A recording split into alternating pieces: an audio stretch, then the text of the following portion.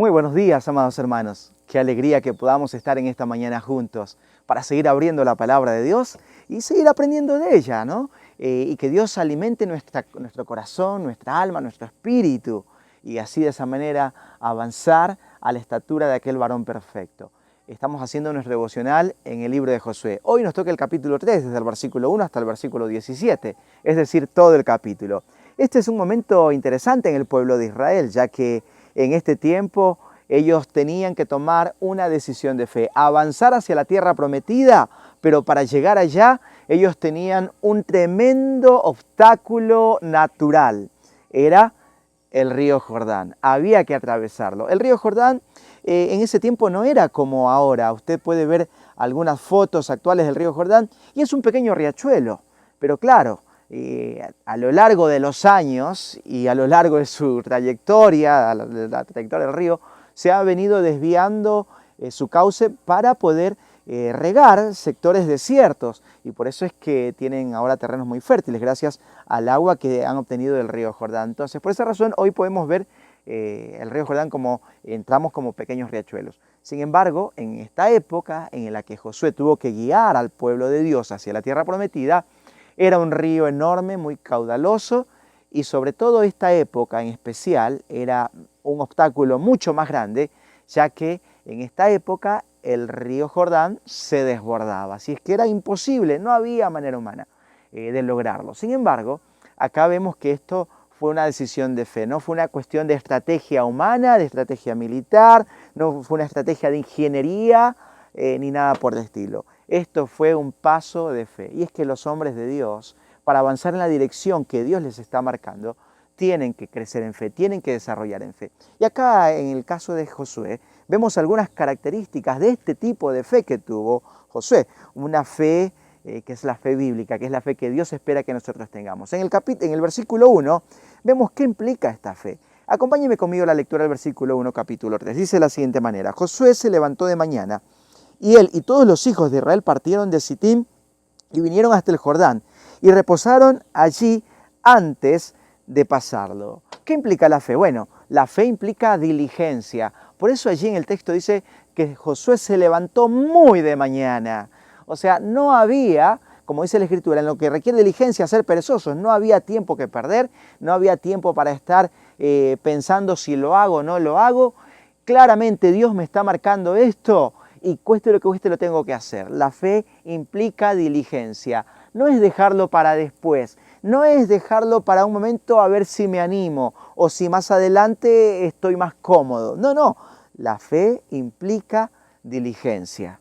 Acá lo vemos claramente. Si continuamos viendo el relato, vamos a ver esos momentos asombrosos para la mente humana que lo que logró Josué con el pueblo, ¿no? Pero ¿qué más implica la fe? Bueno, implica diligencia, ya lo vimos en primer lugar, pero en segundo lugar implica también instrucción y obediencia absoluta a esa instrucción, obviamente. Mire qué instrucciones va a dar Josué al pueblo por medio de los diferentes líderes. Acompáñenme a la lectura, versículo 2 en adelante.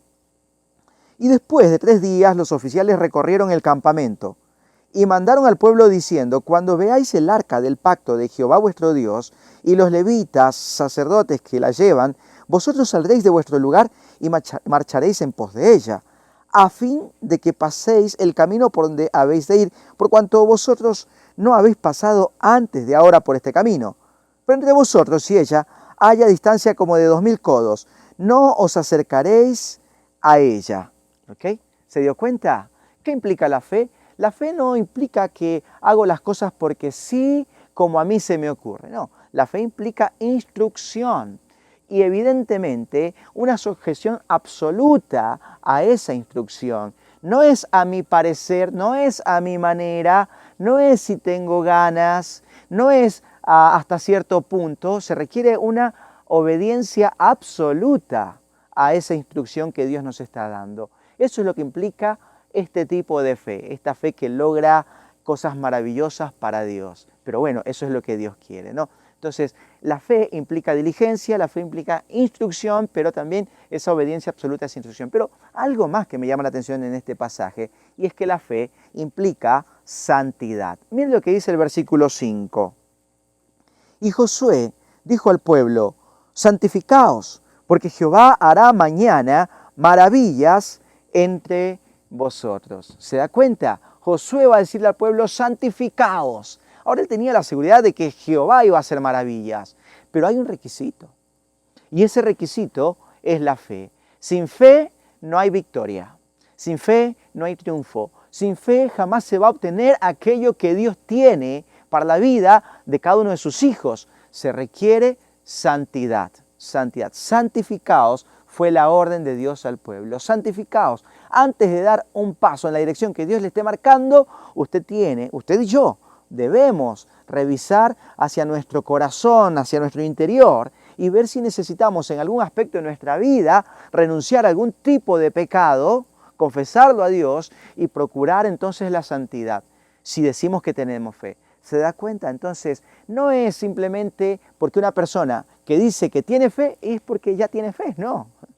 Eso se tiene que ver porque una fe que es realmente la fe bíblica va a evidenciar diligencia, va a evidenciar que se somete a la instrucción de Dios de una manera absoluta, de una manera total, pero también requiere santidad.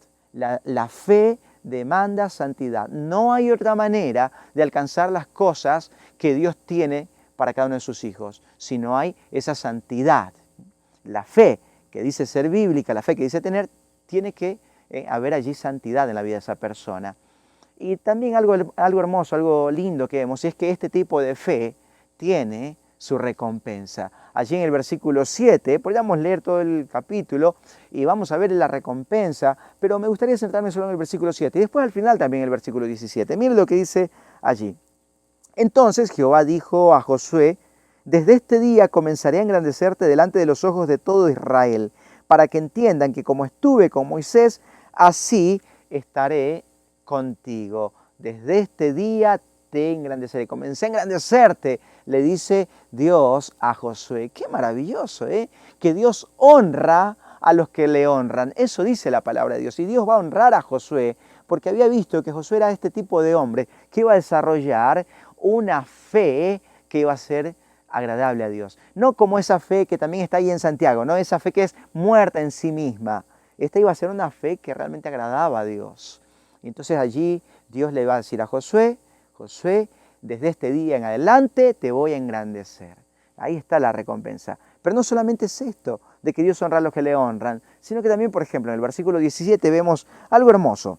Allí dice de la siguiente manera, mas los sacerdotes que llevaban el arca del pacto de Jehová estuvieron en seco, firmes en medio del Jordán, hasta que todo el pueblo hubo acabado de pasar el Jordán y todo Israel pasó en seco.